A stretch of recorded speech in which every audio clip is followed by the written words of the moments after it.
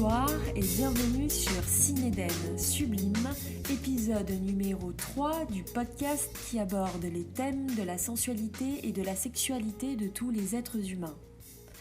Peu importe le genre, l'orientation ou les pratiques sexuelles de celui qui écoute, cet espace est destiné à toutes les personnes avisées, curieuses, confirmées ou non, qui prônent l'ouverture d'esprit, le respect et la bienveillance. Cet espace est chaleureux, intime, sans gêne et sans tabou. Je vous invite donc à me suivre. Nous partons ensemble en s'exploration.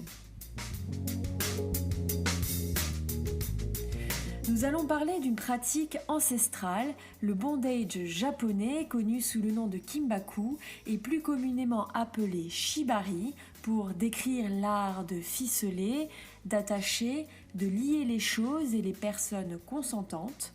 Cette pratique autrefois guerrière, utilisée par les soldats pour immobiliser l'ennemi avant d'être torturé, est aujourd'hui un art qui s'est développé autour du jeu sadomasochiste dans l'intimité de nombreux foyers du monde, mélangeant érotisme et esthétique entre la corde, celui qui attache et le sujet concerné.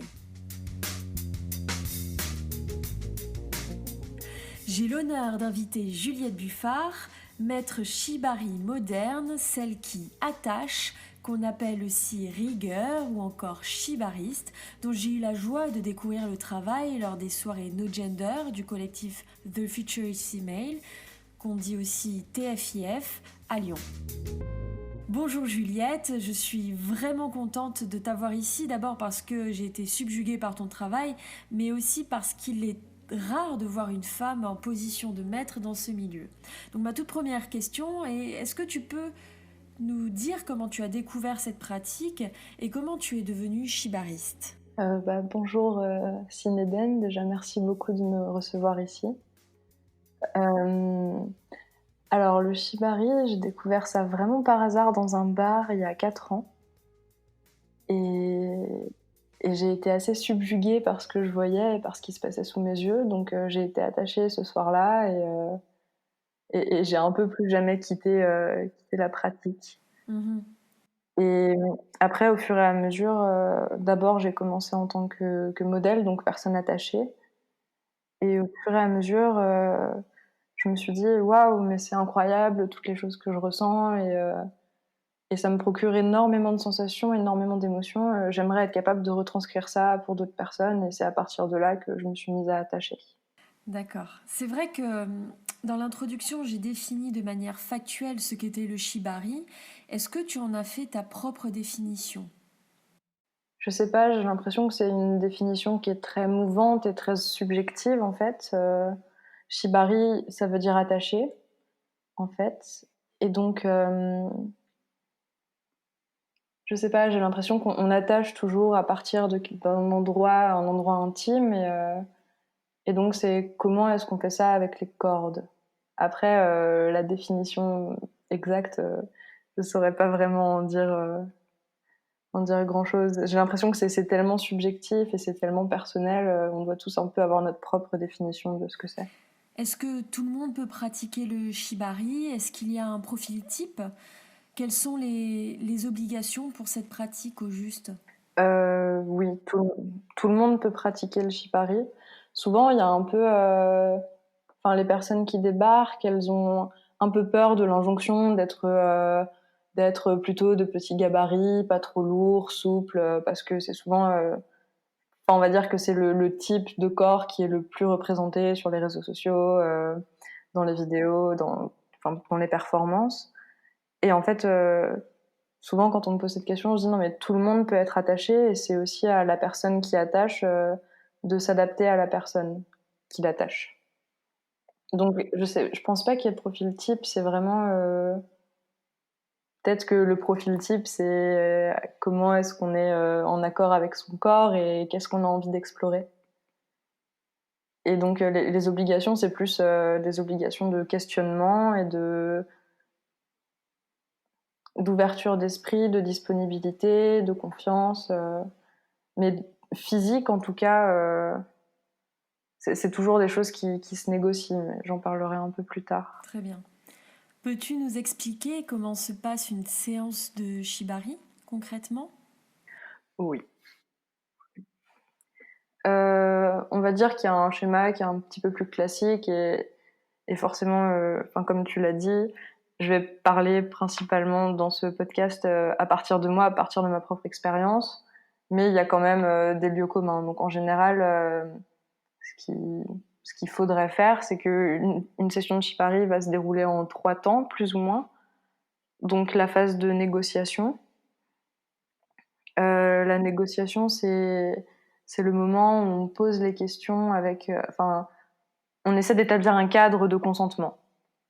Donc, c'est la personne qui attache va s'adresser à la personne, attachée, enfin qui va être attachée, pour lui demander: «OK, est-ce que physiquement il y a des choses que je dois savoir? Est-ce que mentalement il y a des choses que je dois savoir? Comment est-ce que tu envisages ça?» Poser les bases du consentement. Ensuite, en général, on se met à attacher et bah là, forcément, ça dépend vraiment des personnes. On a tous un petit peu nos rituels, nos manières de faire et ça dépend aussi du modèle. En fait, ça dépend du binôme, plutôt. Ça va toujours, dépendre et ensuite, une fois que c'est fini, il y a le moment de la détache et il y a ce qu'on appelle l'aftercare qui est, un instant donné pour, laisser la bulle qui a été créée s'évaporer. D'accord. Oui, donc c'est vrai. Au final, c'est une pratique qui s'adapte au sujet et vous évoluez ensemble dans cette pratique à un instant donné, quoi. Bah, c'est exactement ça. Avec des bases évidemment de consentement, de négociation que tu évoques. Ok, d'accord. Et comment se passe la rencontre entre le sujet et celui qui attache? J'ai l'impression que l'époque, du shibari dans les caves est un petit peu révolue et c'est quand même une pratique qui a eu tendance à se démocratiser, dans les dernières années et voilà, on peut découvrir le shibari en venant à une initiation dans une association, on peut découvrir le shibari, en rencontrant quelqu'un qui le pratique et en étant curieux, on peut découvrir sur internet et voilà et en plus, ce qui est assez bien, c'est que je reparle de ça, mais parce que pour moi, c'est important de le souligner. Il y a pas mal de personnes qui associent le shibari au rapport sexuel. Et en fait, c'est comme le consentement en général, il y a rien qui est Oui, obligatoire, je quoi. vois ce que tu veux dire. Si les gens ont envie de pratiquer sexuellement, c'est très, très bien pour eux. Moi, c'est pas forcément mon cas et c'est très bien pour moi aussi, quoi. C'est plus, on juge pas les pratiques des autres du moment que tout le monde est consentant, que les bases, les limites sont posées et que c'est dans la bienveillance. Évidemment. Tout à l'heure, tu parlais de la phase de négociation qui est primordiale dans la relation. Peux-tu m'en dire un peu plus? Mmh. Je pense que ça se fait beaucoup sur le moment et même il y a un peu des controverses sur le thème de négociation. Parce qu'on n'est pas là pour négocier l'un envers l'autre comme on négocierait une somme d'argent ou un service, mais c'est plus, je sais pas, si je devais changer le mot, je dirais une phase de rencontre et une phase d'appréhension. Plutôt parce que c'est, encore une fois, comment est-ce que nos deux intimités peuvent rentrer en contact sans qu'une personne ou l'autre soit brusquée. Donc en général, on va dire, il y a un peu les bases de cette phase-là, c'est de demander, ok, est-ce que t'as des soucis physiques? Est-ce que t'as mal au dos? Est-ce que t'as des problèmes de genoux? Est-ce que t'as mal au cervical? Ça, c'est très très important que je le sache. Ensuite, c'est bien de demander, est-ce que tu te considères comme souple? Parce qu'en fait, souvent, il y a aussi cette idée un peu reçue de dire, ah oui, mais il faut être absolument souple pour faire le shibari. Et, euh, et là, en général, les personnes vont dire, ah bah oui, bah, je sens que mon dos, si je vais en arrière, ça va. Par contre, en avant, ça va pas trop. J'ai les épaules qui sont un peu raides. J'ai euh, j'ai une ouverture de bassin qui peut être un peu douloureuse. Et donc, tout ça, c'est bon à savoir pour une fois que ça va commencer. Ensuite, en général, on demande, ok, est-ce que tu as un problème pour avoir des cordes sur le visage, sur le cou, sur la poitrine, sur les mains, sur les pieds, entre les jambes, sur les fesses, sur le ventre?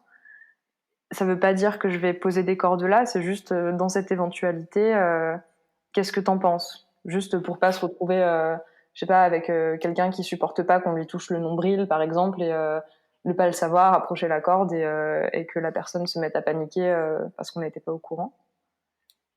Ensuite, c'est bien de demander comment la personne, enfin, quelle est la disponibilité mentale de la personne, si elle se sent fatiguée, si elle se sent en forme, angoissée, en colère, comme ça, parce que ça va aussi être quelque chose qui va permettre.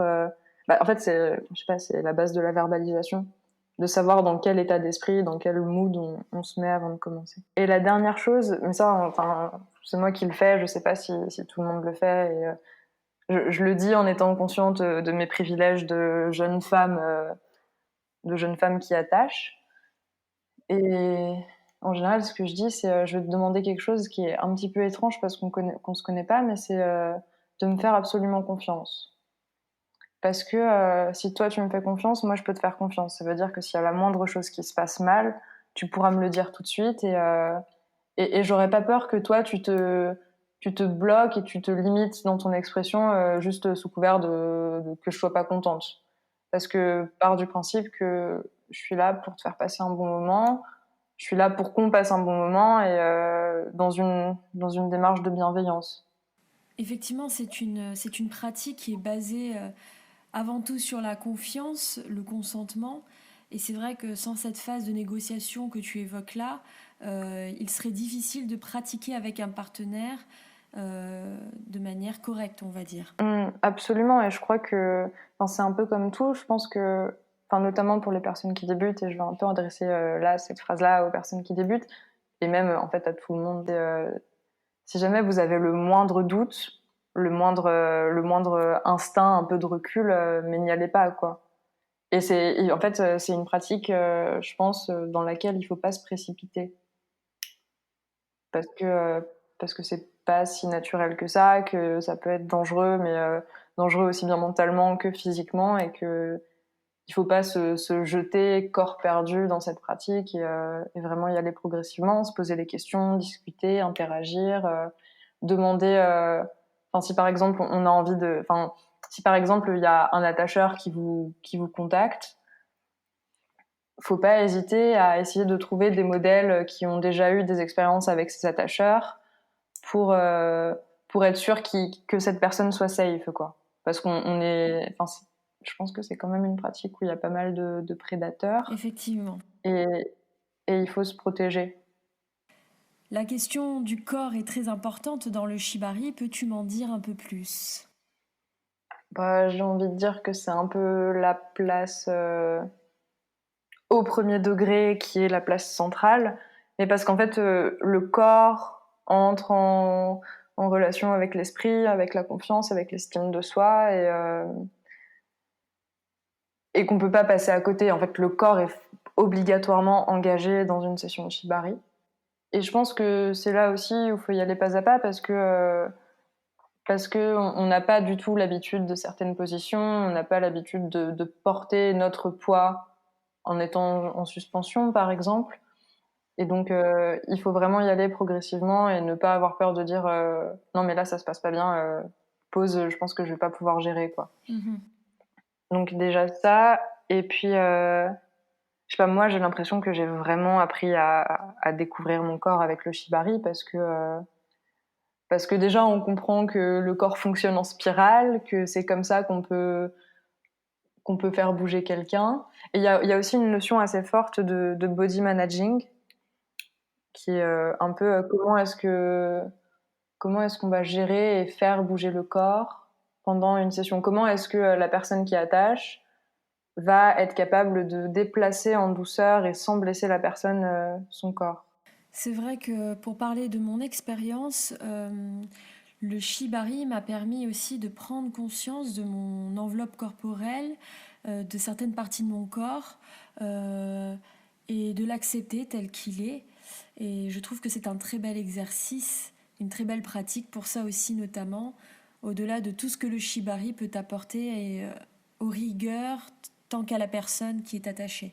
Et peux-tu nous expliquer quel impact cette pratique a sur le sujet, tant physiquement que mentalement? Donc, je pense qu'il faut prendre déjà l'impact physique au point de vue biologique pur, qu'est-ce qui se passe à l'intérieur du corps quand on se fait attacher.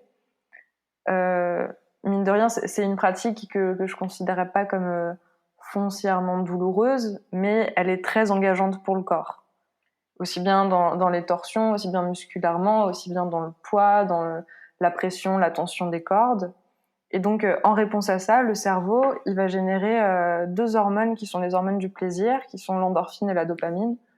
Donc, ce sont les hormones qu'on a en général quand on fait du sport, quand on mange, quand on a des rapports sexuels. Et c'est un peu des hormones de récompense. Donc, ça shoot un petit peu. Je confirme. Et donc, il faut être, je pense, conscient de ça parce que donc c'est le physique qui a un impact sur le mental parce que ça trouble un petit peu la perception des choses. Enfin, il faut avoir conscience qu'à ce moment-là, notre conscience est un petit peu altérée. Donc voilà. Et en même temps, en général, c'est aussi ce qui permet vraiment de lâcher prise, ce qui permet vraiment je sais pas, de plus penser à rien que ce qui se passe au moment où on se fait attacher. Et en parallèle, donc ça, je parlais plutôt pour la personne qui se fait attacher. Et je pense que c'est quand même important de se dire ce qui se passe pour le rigueur, même si là encore, ça va être quelque chose d'assez subjectif. Mais donc, on va aussi avoir un petit peu de dopamine qui va être sécrétée, mais principalement de l'adrénaline, parce que nous, notre corps en tant qu'attacheur est engagé, parce qu'il faut avoir une espèce de conscience et être là presque extra lucide sur ce qui est en train de se passer. Et ce qui est assez impressionnant, c'est que quand je fais une session de shibari, je me sens vraiment extra lucide. J'ai l'impression de comprendre tout ce qui se passe chez mon modèle, d'avoir une espèce de vision d'ensemble des choses, même si je vois pas tout, mais c'est quelque chose de très physique et de très ancré, quoi. Et c'est aussi ce qui permet de se couper un peu de tout ce qui se passe autour. En général, on finit une session, on n'a aucune idée du temps qui vient de se passer, on n'a aucune idée de ce qui s'est passé autour, et c'est pour ça qu'il faut vraiment un peu genre laisser un moment de repos quand la session est finie, juste ok, on revient au monde, quoi. Oui, je vois ce que tu veux dire. Alors pour naviguer un peu dans cet écosystème personnellement, j'ai rencontré des personnes qui vivaient l'expérience très différemment de la mienne. Certains n'y associent que la notion de sexualité avec la sensualité et l'érotisme que cela implique. Mais par exemple, lorsque je me fais attacher, je vis l'expérience comme une méditation intense où je m'abandonne entièrement à l'autre dans la tâche du corps, mais surtout à moi. Quelles sont tes expériences et ta vision des choses par rapport à cet aspect-là? C'est vrai que moi j'ai jamais trop considéré le shibari sexuellement parlant, même si je comprends qu'il y ait des personnes qui le font pour ça. En fait, je fais une petite nuance entre le sexuel et le sensuel. En fait, c'est comme s'il y avait le sexuel et le sensuel et qu'ils étaient tous les deux reliés par un point qui est l'érotisme. Et moi, je me considère plutôt du côté de la sensualité parce que, je sais pas, pour dire de manière assez crue, il se passe tellement de choses pendant une session de shibari, aussi bien dans le corps que dans la tête, tout ça, que je vois pas l'intérêt à ce qu'on vienne me stimuler sexuellement en plus parce qu'il y en a pas besoin, selon moi.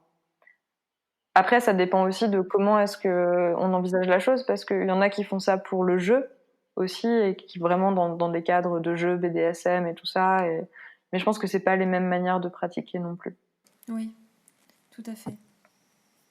Et quelles sont selon toi les qualités requises pour devenir shibariste? Je sais pas si on peut vraiment considérer ça en tant que qualité, quoi, mais c'est déjà un truc qui semble évident, c'est la bienveillance. Je pense qu'il faut être bienveillant envers les autres personnes quand on veut attacher. Et,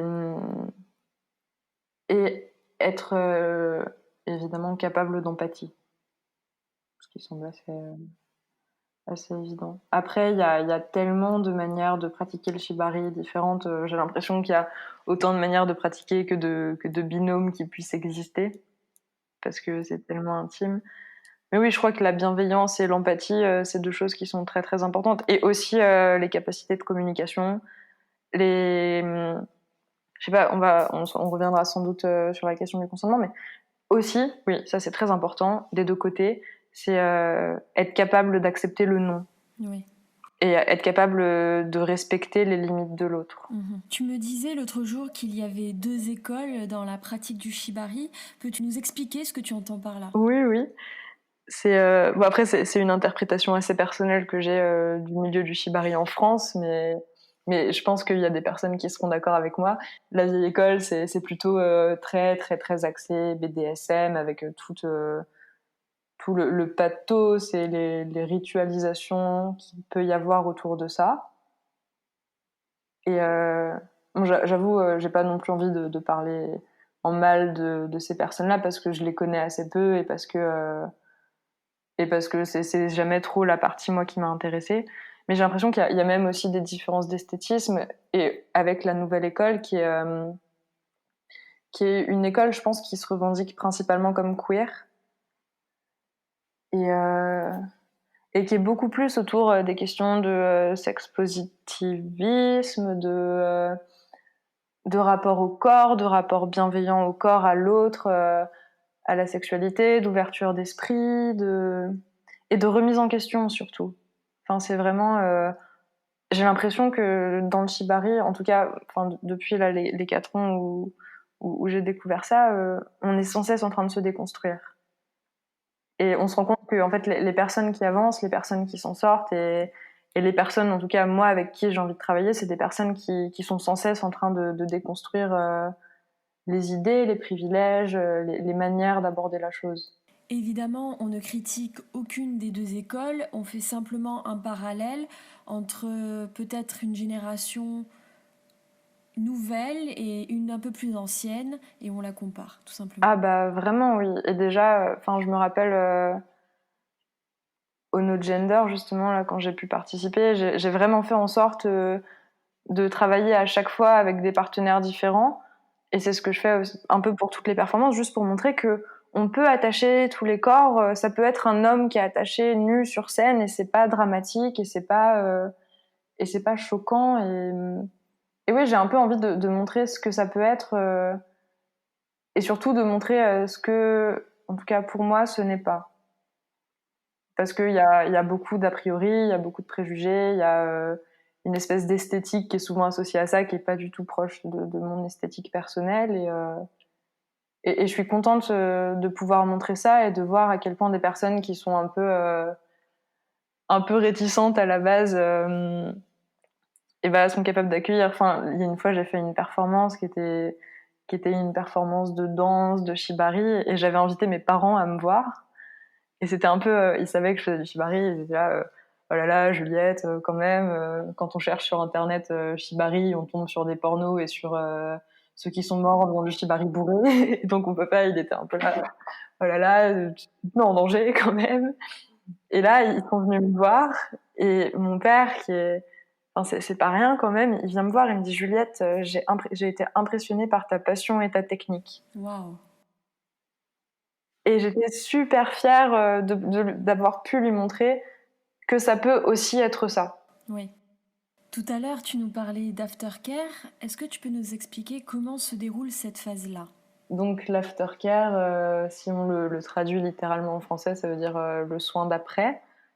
Donc c'est justement le moment, j'en ai déjà parlé, où on laisse la bulle de la session redescendre et on retourne un peu dans le monde. Donc en général, bon, la personne qui s'est fait attacher, souvent, elle est un petit peu ailleurs, un petit peu KO, et parce que elle a ressenti beaucoup beaucoup de choses, et donc c'est un moment où on se pose, on prend le temps de respirer, parfois de parler, parfois de ne pas parler. Je pense que pareil, l'aftercare, ça dépend à chaque fois aussi du rapport qu'on a avec la personne, mais ça peut être juste s'allonger pendant 30 minutes en se faisant des gratouilles dans les cheveux, comme ça peut être de faire un massage, comme ça peut être juste de se tenir la main, juste de rester à côté. En fait, c'est vraiment le moment, notamment, je sais pas, souvent pendant les aftercare, les deux partenaires se remercient. Et je trouve ça assez beau aussi. juste à dire merci. Et c'est aussi le moment où on se remercie avec de la tendresse ou pas. Il y a un point très important sur lequel tu insistes, qui semble évident et pourtant il faut encore en parler, c'est la question du consentement. Peux-tu m'en dire un peu plus? Bah, j'ai pas la définition exacte du consentement et je pense que ce serait bien de la ressortir, mais bon, le consentement, c'est demander son accord à l'autre et, euh, et d'être sûr qu'on va pas dépasser les limites, l'accord et la volonté de l'autre. Et donc, dans le shibari, ça semble assez évident que ce point-là doit vraiment être évident pour toutes les personnes qui pratiquent. Parce que, euh, parce que bon, pareil, il y a plein de manières d'exprimer ça, mais il y a quand même une sorte de transfert de pouvoir qui s'opère, parce qu'il y a une personne qui se retrouve attachée, donc plus ou moins vulnérable. Et donc, il faut que cette personne soit sûre que son consentement ne sera pas dépassé. Donc, ça veut dire que la personne ne va pas abuser d'elle pendant, pendant la session. Parce que parfois, ça peut être des toutes petites... Mais je pense que c'est comme... c'est comme dans les rapports sexuels, et c'est comme... juste être sûr que la personne est OK avec ça. Et souvent, même, ça peut arriver pendant une session de poser des questions. Ça va, c'est OK si je fais ça. Et il n'y a pas besoin de s'étaler 5000 ans. Et ça veut pas dire que, mais comme dans les rapports sexuels, ça veut pas dire que ça coupe l'ambiance, que ça coupe le move. Mais plus, non, on prend le temps de s'assurer parce qu'on n'est jamais trop assuré en fait. Ouais, bien sûr. Et puis, le sujet peut aussi vouloir changer d'avis, tout comme celui qui attache. Le consentement, c'est tout ce qui touche à l'acquiescement, à l'approbation d'une demande, d'un projet. C'est l'acceptation, c'est un accord qui est mis en place entre une personne A et une personne B, ou un individu et un groupe, peu importe. Et, euh, et le consentement, cet acquiescement, cette approbation, évidemment, elle n'est pas fixe. On peut toujours se rétracter ou au contraire aller plus loin. Comme le dit Juliette, c'est un sujet dont on entend énormément parler dans l'actualité ces dernières années, heureusement. C'est comme un rapport sexuel et dans plein d'autres choses de la vie d'ailleurs, hein. Donc voilà, mais ça prend une place très importante dans la pratique du shibari et il ne faut pas l'oublier.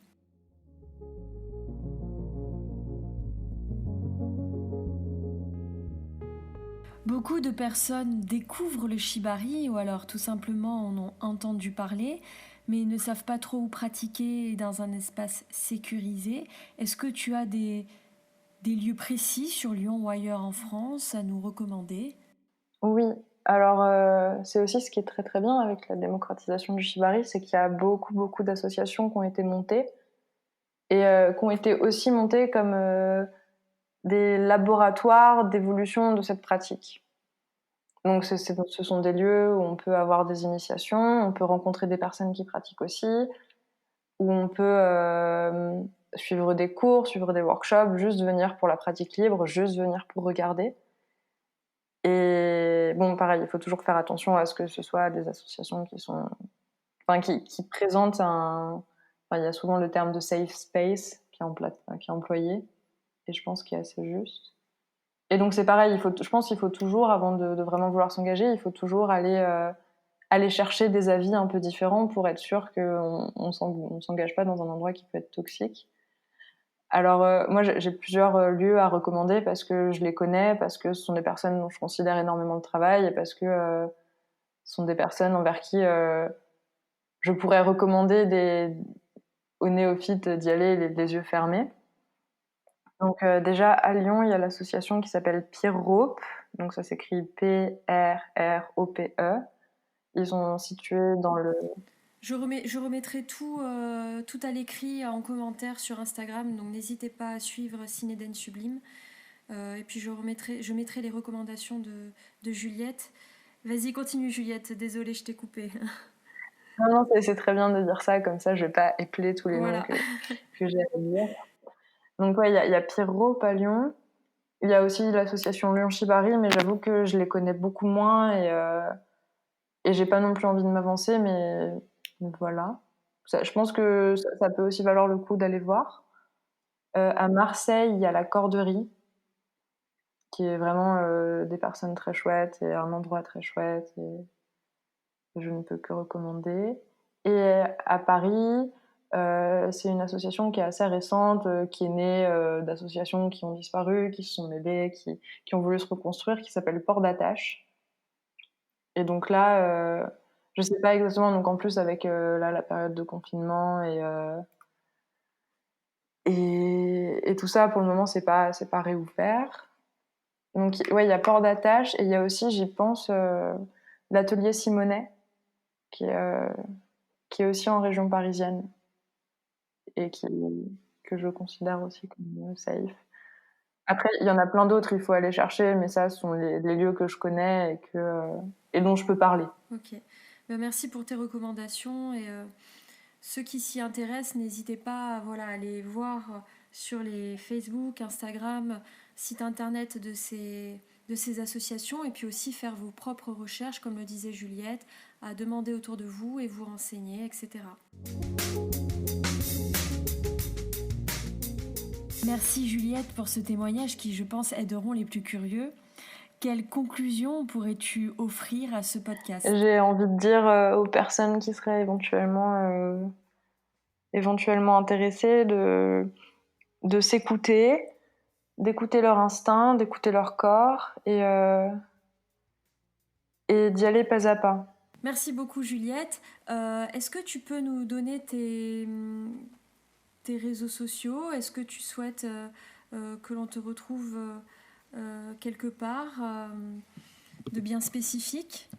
Je suis pas vraiment développée sur les réseaux sociaux. J'ai éventuellement mon compte Instagram si vous voulez aller voir mon travail. C'est Aravni. Je pense que ce sera aussi mis dans le lien de la vidéo. Donc n'hésitez pas, et même à m'envoyer des messages via Instagram après si vous avez des questions, si vous voulez en discuter. Vous l'aurez compris, le shibari est un art de plaisir, de douleur, de transfert de pouvoir et qui pousse au lâcher-prise. Merci encore Juliette. N'hésitez pas à liker, commenter, partager, réécouter ce podcast pour faire grandir et évoluer le projet Cinéden Sublime. À très bientôt.